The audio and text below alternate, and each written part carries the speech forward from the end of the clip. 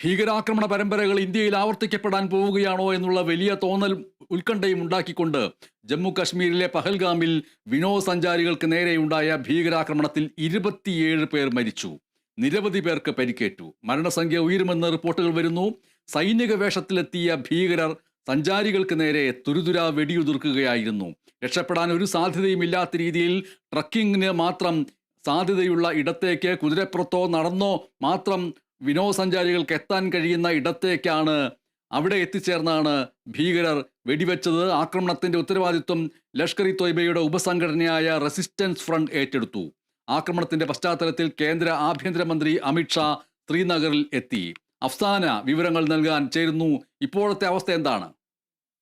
ഗണേഷ്, രാജ്യത്തെ ആകെ നടുക്കിയ ഒരു നിമിഷങ്ങളിലൂടെയാണ് നമ്മളിപ്പോൾ കടന്നു പോകുന്നത്. ജമ്മു കാശ്മീരിലെ ഭീകരാക്രമണത്തിൽ 27 പേർ കൊല്ലപ്പെട്ടു എന്നാണ് പ്രാദേശിക മാധ്യമങ്ങൾ റിപ്പോർട്ട് ചെയ്തത്. ഇതിൽ 5 പേരുടെ മരണങ്ങൾ മാത്രമേ ഔദ്യോഗികമായി സ്ഥിരീകരിച്ചിട്ടുള്ളൂ. നിരവധി പേർക്ക് പരിക്കേറ്റിട്ടുണ്ട്. മാത്രമല്ല, ഈ ജമ്മു കാശ്മീരിലെ വിനോദസഞ്ചാരികൾക്ക് നേരെയാണ് ഭീകരാക്രമണം ഉണ്ടായത്. അതായത് ബൈസൺ താഴ്വരയിൽ ബൈസൺ കുന്നിൽ ട്രക്കിങ്ങിന് പോയ അവർ തിരിച്ചെത്തിയപ്പോഴാണ് വനമേഖലയിൽ നിന്ന് സൈനിക ത്തിലെത്തിയ ഭീകരർ വെടിയുതിർത്തത്. രക്ഷപ്പെടാൻ ഒരു സാധ്യതയുമില്ലാത്ത ഒരു സ്ഥലത്താണ്. അത് കാൽനടയായും അതുപോലെ കുതിരപ്പുറത്തും മാത്രം എത്തിപ്പെടാൻ കഴിയുന്ന ഒരു താഴ്വരയാണ്. വിനോദസഞ്ചാരികൾ ഏറ്റവും കൂടുതൽ എത്തുന്ന ഒരു സ്ഥലം കൂടിയാണ് അത്. ഈ കൊല്ലപ്പെട്ടവരിൽ കൂടുതൽ പേർ രാജസ്ഥാൻ, കർണാടക സ്വദേശികളാണ്. മറ്റൊരു കാര്യം, വിദേശ വിനോദസഞ്ചാരികളും ഈ കൂട്ടത്തിൽ ഉണ്ടെന്ന് നമുക്ക് അറിയാൻ സാധിക്കുന്നുണ്ട്. അതായത് രാജസ്ഥാൻ, അതേപോലെ തമിഴ്നാട്, കർണാടക, ഗുജറാത്ത്, മഹാരാഷ്ട്ര എന്നിവിടങ്ങളിൽ നിന്നെത്തിയ വിനോദസഞ്ചാരികളുണ്ട് എന്നുള്ള റിപ്പോർട്ടുകളുമുണ്ട്. ഇതിൽ മരിച്ചവർ ഏതൊക്കെ സംസ്ഥാനക്കാരാണ്, അതേപോലെ തന്നെ പരിക്കേറ്റവർ, ഗുരുതരാവസ്ഥയിലുള്ളവർ എന്നിവ, ഈ കണക്കുകളൊക്കെ നമുക്ക് ഇനിയുള്ള നിമിഷങ്ങളിലേ അറിയാൻ കഴിയുകയുള്ളൂ. ഇതിന്റെ ബാക്കി വിശദാംശങ്ങളിലേക്ക് തുടർന്നോളൂ അവസാന. മാത്രമല്ല, ഇപ്പോൾ നമുക്ക് ഏറ്റവും അറിയാവുന്നത് NIA ഇത് അന്വേഷിക്കും, ഈ ഭീകരാക്രമണം അന്വേഷിക്കുമെന്നാണ് ഏറ്റവും പുതിയതായിട്ട് പുറത്തു വരുന്ന വാർത്ത. നാളെ തന്നെ NIA സംഘം പഹൽഗാമിൽ എത്തുമെന്ന് അറിയാൻ കഴിയുന്നുണ്ട്. മാത്രമല്ല, സ്ഥിതിഗതികൾ വിലയിരുത്താനായി ഇപ്പോൾ കേന്ദ്ര ആഭ്യന്തരമന്ത്രി അമിത്ഷാ ശ്രീനഗറിൽ എത്തിയിട്ടുണ്ട്, അല്ലെങ്കിൽ പഹൽഗാമിൽ എത്തിയിട്ടുണ്ട്. ലഫ്റ്റനന്റ് ഗവർണർ മനോജ് സിൻഹയാണ് കൂടെയുള്ളത്. സംഭവം അറിഞ്ഞ ഉടൻ തന്നെ ജിദ്ദയിലായിരുന്ന പ്രധാനമന്ത്രി നരേന്ദ്രമോദി ആഭ്യന്തരമന്ത്രി അമിത്ഷായുമായി ഫോൺ സംഭാഷണത്തിൽ ഏർപ്പെടുന്നു. സാഹചര്യങ്ങൾ വിലയിരുത്താനും സംഭവസ്ഥലം സന്ദർശിക്കാനും ആവശ്യപ്പെട്ടിരുന്നു.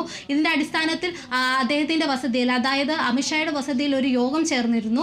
തുടർന്നാണ് അദ്ദേഹം ശ്രീനഗറിലേക്ക് പുറപ്പെട്ടത്. ഏകദേശം 8 മണിയോടെയായിരുന്നു അദ്ദേഹം ശ്രീനഗറിൽ എത്തിയത്. ലഫ്റ്റനന്റ് ഗവർണർ മനോജ് സിൻഹയോടൊപ്പമാണ് അദ്ദേഹം ശ്രീനഗറിൽ എത്തിയത്. തുടർന്നൊരു അവലോകന യോഗം ചേരാൻ സാധ്യതയുണ്ടെന്നാണ് നമുക്ക് അറിയാൻ കഴിയുന്നത്. അവലോകന യോഗത്തിന് ശേഷം ഇന്ന് തന്നെ സംഭവസ്ഥലം സന്ദർശിക്കുമെന്നാണ് അറിയുന്നത്. ഈ ആക്രമണത്തിന്റെ ഉത്തരവാദിത്വം ദി റെസിസ്റ്റന്റ് ഫ്രണ്ട് എന്ന തീവ്രവാദ സംഘടന ഏറ്റെടുത്തിട്ടുണ്ട്.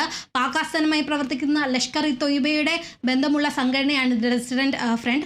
മുമ്പും നേരത്തെയും, അതായത് ഈ സംഭവത്തെ ഇപ്പം അപലപിച്ച് ലോകരാഷ്ട്രങ്ങൾ തന്നെ രംഗത്തെത്തിയിട്ടുണ്ട്. മാത്രമല്ല, മോദി ട്വിറ്ററിൽ കുറിച്ചത് ഈ കർശന നടപടി സ്വീകരിക്കും, കുറ്റക്കാർക്കെതിരെ കർശന നടപടി സ്വീകരിക്കും. മാത്രമല്ല, ഈ മരിച്ചവരുടെ കുടുംബങ്ങൾ അനുശോചനം അറിയിക്കുകയും പരിക്കേറ്റവർ ഇപ്പം നിലവിൽ ചികിത്സയിൽ ുള്ളത്. അവരുടെ മരണസംഖ്യ ഇനിയും കൂടാൻ സാധ്യതയുണ്ട് എന്നാണ് നമുക്ക് അറിയാൻ കഴിയുന്നത്. മാത്രമല്ല, ബനേഷ്, സൈനിക വേഷത്തിലെത്തിയ 3 ഭീകരരാണ് ആക്രമണം നടത്തിയതെന്നാണ് അറിയാൻ കഴിയുന്നത്. ഇതിൽ അവിടെ ഇനിയും വിനോദസഞ്ചാരികൾ കുടുങ്ങിക്കിടക്കുന്നുണ്ട്. അതിൽ മലയാളികളടക്കം ഉള്ള വിനോദസഞ്ചാരികളാണ് അവിടെ കുടുങ്ങിക്കിടക്കുന്നത്. ഏകദേശം പോയ 3 കേരളത്തിൽ നിന്നുള്ള ജഡ്ജിമാരടക്കമുള്ളവർ ഉണ്ട് എന്നുള്ള റിപ്പോർട്ടുകളും പുറത്തു വരുന്നുണ്ട്. ശ്രീനഗറിലൊക്കെ ഇതുമായി ബന്ധപ്പെട്ട് കൺട്രോൾ റൂം തുറന്നിട്ടുണ്ട്. ബന്ധപ്പെടേണ്ട നമ്പറുകളും അതിൽ സൂചിപ്പിക്കുന്നുണ്ട്. കേരള വിഷൻ ന്യൂസും ആ നമ്പറുകൾ നൽകിക്കൊണ്ടിരിക്കുന്നുണ്ട്. ജഡ്ജിമാരടക്കം ഇപ്പൊ സുരക്ഷിതരാണ് എന്ന വാർത്തയും പുറത്തു വന്നിട്ടുണ്ട്. ഏതായാലും കുടുങ്ങിക്കിടക്കുന്നവർക്ക് ഹെൽപ്പ് ഡെസ്ക് രൂപീകരിച്ചിട്ടുണ്ട്. അവരെ എന്തെങ്കിലും ബുദ്ധിമുട്ടുകൾ ഉണ്ടെങ്കിൽ അറിയിക്കാനും നമ്മുടെ നമ്മുടെ ചാനലിലടക്കം അത് പുറത്തു വിട്ടിട്ടുണ്ട്. മാത്രമല്ല, ഇപ്പോൾ വേറൊരു കാര്യം അറിയുന്നത്, ലോകരാഷ്ട്രങ്ങളടക്കമാണ് ഈ സംഭവത്തെ അപലപിച്ച് രംഗത്തെത്തിയിട്ടുള്ളത്. ഇസ്രായേൽ അടക്കം പറഞ്ഞിട്ടുണ്ട് ഇന്ത്യക്കൊപ്പം നിലകൊള്ളുമെന്നാണ് ഇസ്രായേൽ അറിയിച്ചിട്ടുള്ളത്. മാത്രമല്ല, നമ്മുടെ നേതാക്കൾ, അതായത് ലോക്സഭാ പ്രതിപക്ഷ നേതാവ് രാഹുൽ ഗാന്ധി, നമ്മുടെ രാഷ്ട്രപതി ദ്രൗപദി മുർമു അടക്കം ശക്തമായി അപലപിച്ചാണ് രംഗത്തെത്തിയിട്ടുള്ളത്. ഇതിനിടെ കനത്ത തിരിച്ചടി നൽകുമെന്നാണ് ആന്റോ ആന്റണി അടക്കം പറഞ്ഞിട്ടുള്ളത്. ഏറ്റവും കൂടുതൽ, അതായത് കശ്മീരിനെ സംബന്ധിച്ച് ഏറ്റവും കൂടുതൽ വിനോദസഞ്ചാരികളാണ് അവരുടെ വരുമാന സ്രോതസ്. 2019 കശ്മീരിന് പ്രത്യേക പദവി എടുത്തു കളഞ്ഞതിന് ശേഷം അവിടെ സമാധാനപൂർണ്ണമായാണ് പോയിക്കൊണ്ടിരുന്നത് നേരത്തെ അപേക്ഷിച്ച്. ഇപ്പോൾ പെട്ടെന്നുള്ള ഈ ഒരു ആക്രമണം വലിയ രീതിയിലുള്ള ഒരു ആശങ്കയാണ് സൃഷ്ടിച്ചിരിക്കുന്നത്. ഇനിയും അങ്ങോട്ട് വലിയ വളരെ പ്രധാനപ്പെട്ട ആശങ്കയാണ്. കാരണം നേരത്തെ ജമ്മു കാശ്മീർ എന്ന് പറയുന്നത് ഭീകരാക്രമണ പരമ്പരകൾ കൊണ്ട് അന്താരാഷ്ട്ര തലത്തിൽ കറുത്ത അടയാളം വീഴ്ത്തപ്പെട്ട ഒന്നായിരുന്നു. അവിടെ ഈ സമാധാനത്തിൻ്റെ പാത വിടർന്നു വരുന്നു. ആർക്കും എത്തിച്ചേരാവുന്ന, ആർക്കും സ്വസ്ഥമായി ജീവഭയമില്ലാതെ വിനോദസഞ്ചാരികളായി എത്തി ആഹ്ലാദത്തോടു കൂടി മടങ്ങിപ്പോകാവുന്ന ഒന്നായി മാറിയിരിക്കുന്നു ജമ്മു കശ്മീർ, അവിടുത്തെ വിനോദസഞ്ചാര കേന്ദ്രങ്ങൾ എന്നുള്ള ധാരണ തിരുത്തപ്പെടുന്ന രീതിയിലാണ് രാജ്യത്തെ ഈ രാത്രി ഉറക്കം ഇല്ലാത്ത ഒന്നാക്കി മാറ്റുന്ന ഈ ഭീകരാക്രമണം നടന്നിരിക്കുന്നത്. ഇപ്പോൾ